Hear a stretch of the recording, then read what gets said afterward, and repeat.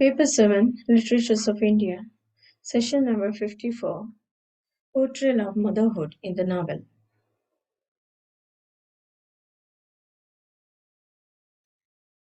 Mahashweta Devi is a prolific writer who has used her pen for the causes of the most deprived sections of the society.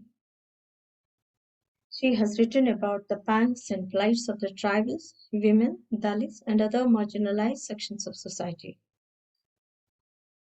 Mother of 1084 is the depiction of the miserable condition of a mother who tries to search for the cause of her son's commitment towards Naxalite movement during the 1970s after his brutal killing.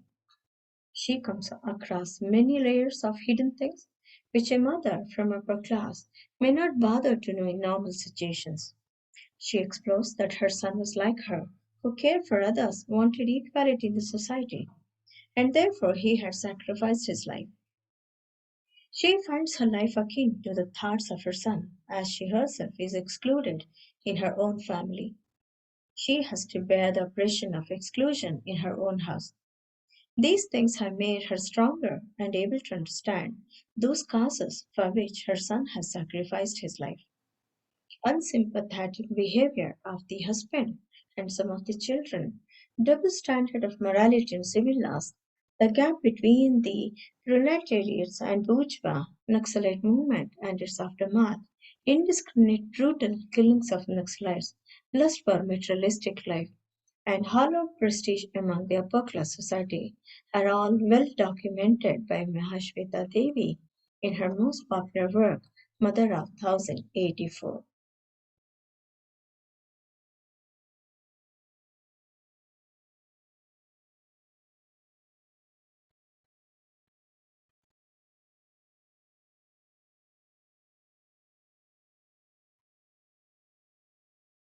She wrote about those people whom British colonial power had identified as natural criminals because they were not influenced by the cultural domination of the West and remained stuck to their indigenous cultural tenets. Indian government, after freedom, has not done sufficient development work for these people, and they are still forced to live a life of penury and scarcity. Their lands have been snatched away, their labor power has been utilized against them, their women have been raped, and they have been looted and murdered brutally by cruel landlords, religious heads, and insensitive government officials.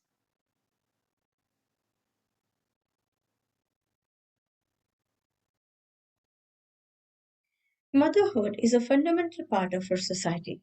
Mahashweta Devi has portrayed motherhood many of her works in all its grandeur and ugliness. Her mother characters are very much a part of the milieu around them. It's an irony that Indian mothers are deified and marginalized at the same time. They are revered at the cost of their freedom. They are expected to bear every pang of society without any grudge and remain silent about serious issues. Devi injects this illusory veil of deification and exposes restrictive potential which inhabits women within the historically ordained roles and rejects their individuality. One of the drawbacks of being a woman in Indian society, irrespective of her socio-economic position, is that this is considered an inappropriate creature to be consulted about serious social issues. Devi wants to change this perception of motherhood where it is refined, but paradoxically, the myth of mother's quasi divine status is premised upon her capacity for voluntary self sacrifice. She has depicted a wide array of mothers, such as the deprived yet loving mother, the pious mother, the manipulative mother, and the professional mother.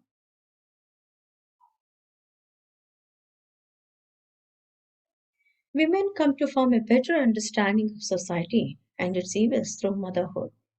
It provides them the required strength to sustain themselves and fight for justice even against the toughest human conditions.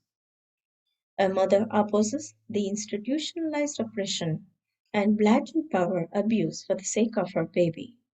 A mother achieves remarkable transition and her growth when she faces challenging events. She uses all her mother force to combat multiple battles of her life.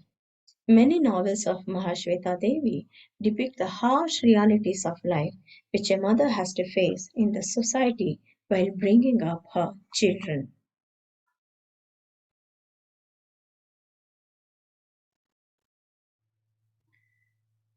Her most acclaimed novel, Mother of 1084, is based on the Naxal movement and in the Naxalbari area of North Bengal during the 60s and the 70s, and the way mother like Sujata had to face all such things without ever being knowing about the things they are undergoing.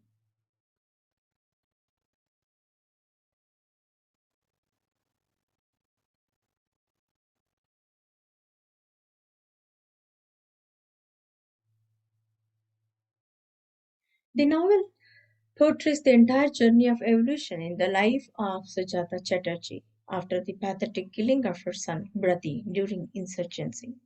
Sujata loves and believes in her son to the extent that she never suspected any of his activities. She is absolutely shocked when she is suddenly called upon to recognize her son's dead body in the police morgue, where she sees her son's mutilated body along with his other friends. It is here when one of the poignant moments comes when Sujata asks for the dead body of her son, but she is denied. She realizes that her son's identity as a human being has been erased, and now his dead body is given another dehumanized identity as corpse number 1084. A mother's heart is torn apart when sees such a miserable condition of her dead son. This compels people to feel that there still remain people like Brati who live their lives for a cause which is very objective in nature. Sujata is a very conventional Indian woman who belongs to an affluent family of Calcutta. She works as a bank employee. She is married to Dibyana Chatterjee, who is a chartered accountant for the last 24 years. He is one of those rich elites who look down upon women as well as the poor and those who fight for the rights of such marginalized sections of the society. Instead of recovering the dead body, the Chatterjee family, except Sujata, is engaged to save the honor of the family by using their money and power. No one asks what a mother wants. It becomes clear through the flashback memories of Sujata how she has been neglected throughout her life, even by her own husband, who goes to sleep with the typist girl of his office and deprives his wife of his love. She is usually abused because of one reason or the other. She has never been thought appropriate to furnish suggestions about serious family matters. Among these, Brati is the favorite of her mother, whereas others love their father, money, prestige, and boyfriends more than their mother.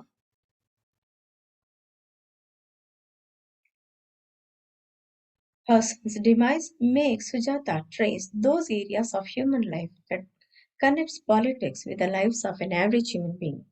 She keeps on asking multiple questions to herself about her son. I was asleep. If nothing has happened, why did I feel anything when he was dying? Did I know my son the way he was? What made him choose a path which has never related our family? But his involvement in the Naxalite movement was a kind of jolt for Sujata. For her, he still was a little child. She never realized that her little son had grown into a man with independent thoughts and strong views of his own. Rati's association with Naxalite movement had opened his eyes and he could now better understand various forms of suppression, oppression, and exploitation of one by the other.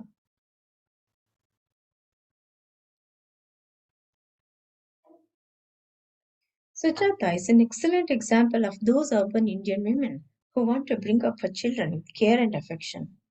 The socio-cultural milieu of Sujata in the novel is very different from other mother figures in Devi's stories. Her association with the upper class society becomes torturous as she is not given ample opportunities to mourn the death of her son.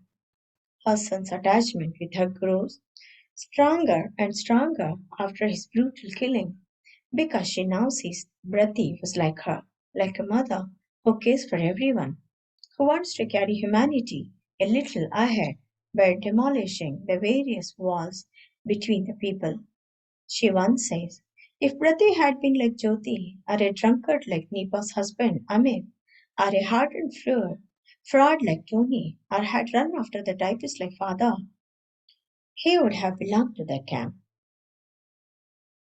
However, Brati doesn't belong to any of these, and therefore he belongs to his mother. In the story, it is heart-wrenching to see how a mother responds her baby and protects it from all the arts of the world. Sujata becomes more aggrieved when she comes to know about the dark realities of the world in which her son had been living. Her inability to change the brutal systems to protect other son from being killed and its resultant restlessness worsens her condition even more. She knows that her son didn't die a coward's death. Moreover, she knows it too that her son loved her unconditionally, experienced her plights, and wanted to save her from the harsh realities of the world without even letting her know about it. This sense of being the mother of such a brave and sensitive son provides her strength to protest against each kind of oppression of marginalized sections of society. She now resists the exploitative, hypocritical ways of her husband and denies accepting her inappropriate orders.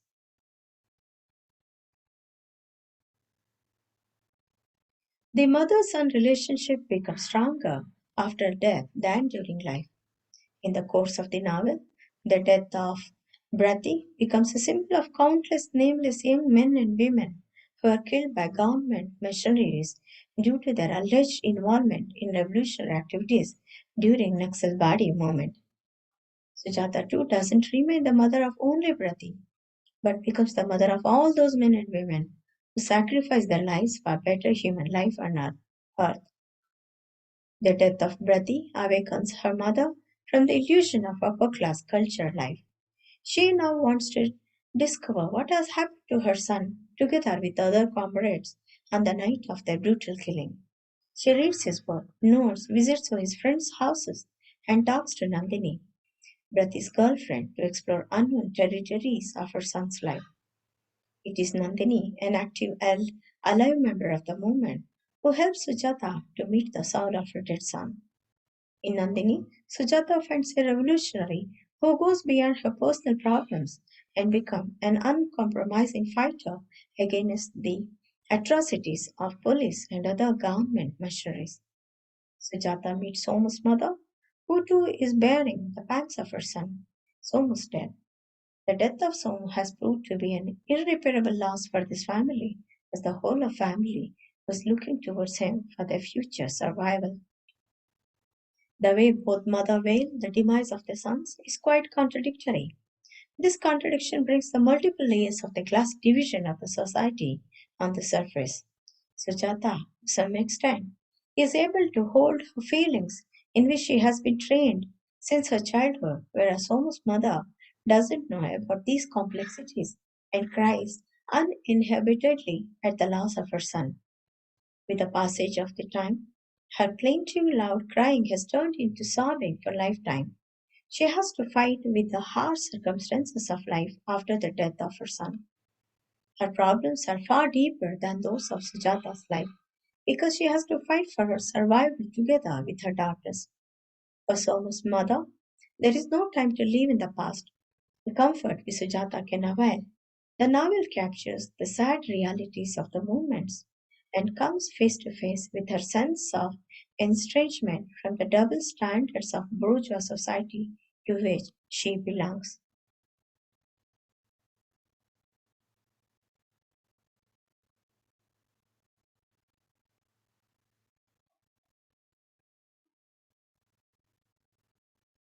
At a certain point in the novel, Sujata suddenly clutches her stomach and breathes in agony because her appendix burst during her daughter's engagement ceremony.